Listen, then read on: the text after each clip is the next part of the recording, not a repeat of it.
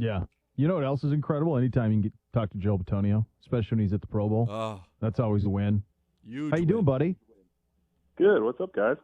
Just getting through a Thursday, pal. Chilling. Oh, same How about here, you? man. How's What it a, going what down a there, great man? surprise. What a great surprise. Yeah. How No, we is just it wrapped down up there? practice, got back to the hotel.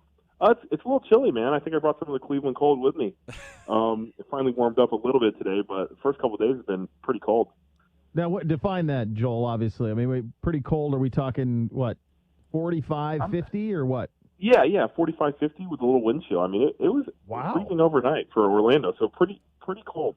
But we're back up high 60s today. We're going to move into the 70s for the weekend, so we're doing all right. By the way, can I tell you these uniforms you guys are wearing to me are spectacular. What do you think of this Yeah, year's Pro Bowl kit? I was thinking we're going red again. I was like, all right, I'll have another red jersey, and then we show up with these like gray, almost black looking uniforms, and I was like, I like it. Ours are a lot better than the NFC's too. They got like a kind of ugly gold color, but so I'm all for it. Yeah, you do. I'm just looking at these right now. You look pretty sharp, buddy. Yeah, very sharp, very sharp. How's it down there with the boys, Jarvis and Nick Chubb? And obviously good news on Jarvis's health that has been confirmed by many sources around the league. So nice to have a good trio down there of the Browns representing. Oh yeah, it's great to have your guys with you. I mean, we're kind of a little bit overpowered by the Ravens guys right now, but no, it's been really cool. I mean, especially Chubb's first one, so he gets to enjoy it. I mean, he's still the same guy, still a quiet guy. There's a lot of personality out here, and so he's still a quiet guy. But just to be in the huddle with those guys a few times and seeing some other great players you get to play with, it's pretty surreal. I walk in and I get. It's still big for me in the sense where it's like you see these guys. These are guys that are on TV and everybody talks about it, and you're included with them in the conversation. So it's still pretty cool for us, and I think we're enjoying it as a group down here. Yeah, and don't ever lose that, right? Like, that's something that's so critical no matter what type of success you have. You want to make sure that you remember these moments of, wow, look what I've done. This is pretty cool company to keep in right here, and I'm a peer of these guys. I always think that's awesome when guys like you, Joel, remember those things and take note of them. You mentioned Nick. What does a debauched, let loose Nick Chubb look like at Pro Bowl week? I don't know, man. He's still the first one on the bus. He's the first one on the field. He wears a hat at practice, so I guess that's a little bit more laid back. Are some of the other guys like, what's the deal with this guy? Does he talk?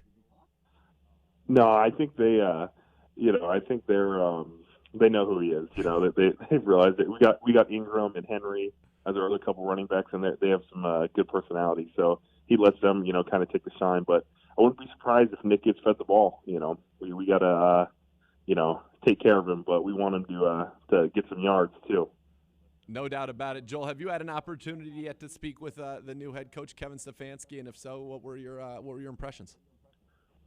Yeah, when he first got hired, I guess it was last week, or I met with him last week, and just in Berea, and we just talked for 10, 15 minutes, just finding out about each other. We didn't go to the scheme or anything like that. We're going to figure that out as we go, but just getting to know him, and I think like everybody else who's met with him has come away impressed. This is going on my fourth coach now, and it's one of those things where I think you try and find the bright spots with everybody, but like he said in his press conference, it's going to take work, and that's what I think he's down for. He's putting together a staff. They're taking their time. They're finding the right guys, and I think we're going to be ready to work when it comes to off season program.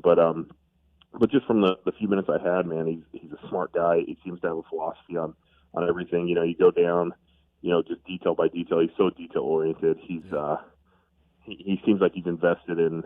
And I don't know if that's just his personality, but when you talk to him one-on-one, he seems very invested, and I think that's pretty cool in head coach when he has so much going on.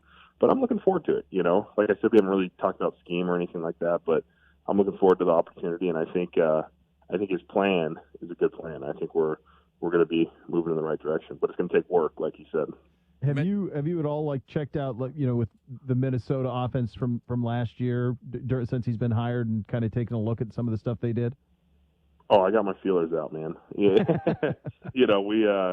I know they do a lot of that outside zone stuff. They do a lot of the play action off of it, the boots, and I think that's the one thing I've noticed and talked to guys is everything's so choreographed almost. Like you have a run and the pass is off the, which sounds simple, but to be able to do that and execute it in sequencing, play sequencing, when you're calling those plays, like to have them, one after another, so it's messing with the defensive eyes. Like I think that's one of the things that he's been known to do well, and what guys have told me. I've heard he's not going to be a guy that's going to, MF you everywhere. You know what I mean? He's gonna be, this is what I expected. This is what I expect you to do out on the field, and we're going to go do that.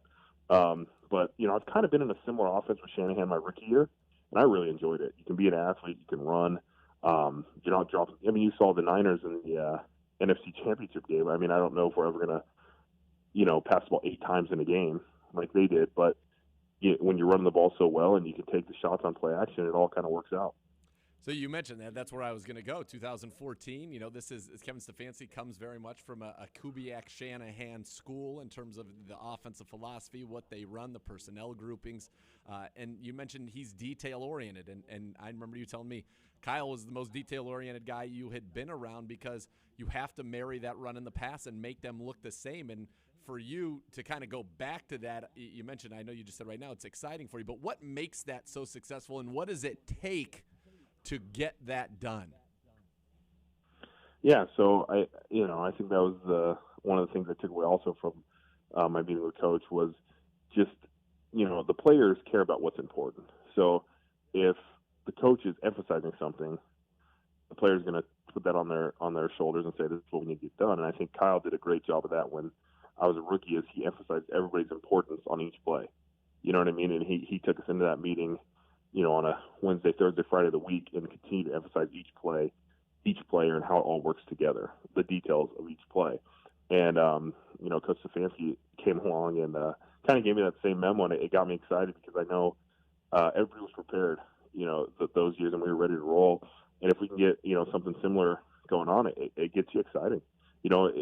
Why would you, the coaches want to put you in the best position to be successful. And if they can find a loophole, if they can find something that's going to do that for us, it's a huge advantage. You know what I mean? Like D linemen, linebackers, DBs, they're good players in this league. And if we can find a way to take advantage of them, make them run, push them a little bit more than they want to be pushed, and take advantage of our weapons on offense, like it's gonna be big for us, And we got to work, and it's one of those things too. With when I was with Coach Shanahan, it's one of those things you have to rep, you have to get the work in, you have to do the time, and it takes time. Might not look pretty day one of OTAs, but as the season goes on and as training camp goes on, you get better at it and you keep working at it, and it's one of those things that just develops over time. Joel, a lot was made about our offensive line last year, and this system, and let's just go into the supposition that it is similar as you talk to him, from that Kubiak-Shanahan school. How critical is it to have a center like JC next to you, and how critical is it just to have that kind of a center who's intelligent, athletic in this particular style of offense? Yeah, if we move, to majority outside zone scheme and running and getting on the right points, I mean, JC's kind of the perfect center for that. He's athletic, he's smart, he can move, and I think you saw some of that this past year. We weren't majoring in outside zone, but when we ran it, I thought we did a good job. Nick Chubb had some of his bigger runs, off of it, and so I think you can see we have some of the guys up front that can kind of do that. But JC's a huge piece. I know when we ran it in 14, Alex Mack was kind of that huge piece, and he went down, and it kind of hindered her run game a little bit, as the season went on that year. But no, JC's the perfect fit, and I think the way he works and the way he's detail oriented, they got that Ivy League connection, so I'm sure they'll get along just fine. Joel, so we get through the game this weekend, you get through the Pro Bowl week, skills competition, and then you take a little time. What's the off season looking like for you here over the next couple months, my friend? So I took a little bit of time, the first couple weeks after the season, just to kind of decompress and hang out with the family and stuff. And then last week I was back in the facility. I obviously met with Coach and got a couple workouts in just to get my body moving again before the game. We'll play this week, and then I'll probably hit it decently hard starting again in February. Just get going, because we'll be back early April. So you get a good 6 to 8 weeks of training in, just to make sure. And it's not like I'm pounding my knees all the time or running, but you just want to stay active and get going. JC's getting married this off season, so we'll be there, hanging out. I'm sure it'll be a great time. But just hanging with the family and making sure I'm in the right, mind and body to get going. All right, Joel, you got a lot of ties, obviously, on the 49ers side with Kyle and LaFleur and McDaniel from that 2014 season, but who you got in this Super Bowl? Oh, man. I got ties on Kansas City, too, though. I know you got Mitch over there. All your boys. Ryder, I know. Wiley, Honestly, I think this is going to be – I really do think it's going to be a game. I think the Niners D-line is probably overall the best D-line in the game. With every position, they're pretty loaded. But Patrick Mahomes makes some things happen now. So it'll be interesting. I think it's going to come down the wire. I'm leaning towards the Niners right now, though, as my prediction. All right, very good. It is. The Gold Rush. Have fun down there, buddy. And it's so great to have you representing us in the organization. It's awesome. Yes. One of the great representatives of the team. Thank you, guys. Appreciate having me.